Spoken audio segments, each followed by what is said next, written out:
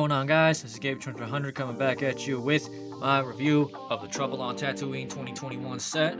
So I didn't film myself putting this one together, like I do for the others. But anyways, let's get on with it. So we obviously got our minifigures right here.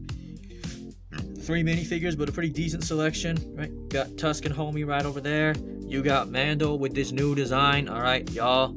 I love this new design for his minifigure, right? You got the shiny on his arms. You got much more shinier helmet. Now, you don't got the jetpack. You can probably just, if anything, you'd probably want to get that piece individually. Probably let's stand this guy up over here.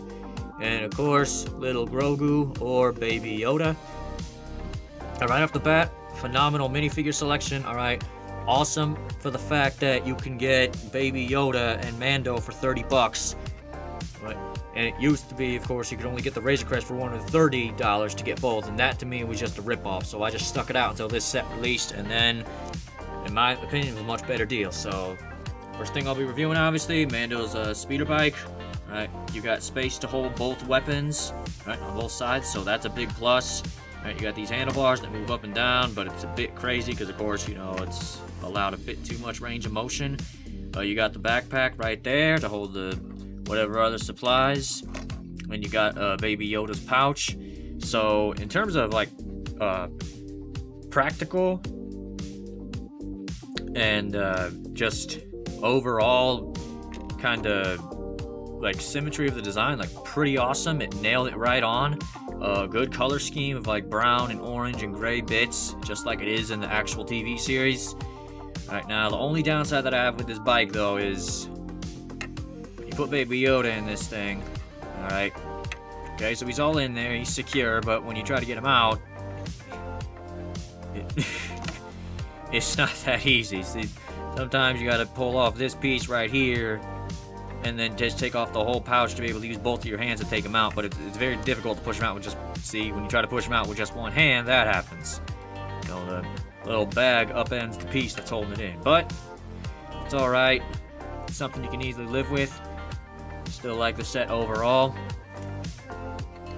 And then here, you got the Tusken Raider hut, a little fire, a little cooking pot over there, and then the roof and all the ways to make the roof go into the center. And I'd say overall it's a pretty solid design, but and then it opens up to allow you more access, but I just think that it's a bit of a rip-off, the fact that you would have to buy 2 of these sets in order to get like a full hut to combine the 2 halves. So I think that's a bit of a downside. I think they could have just made 2 of these halves and put this thing in the center, so fire pit, and that would have been just fine. So that's a pretty big downside for me.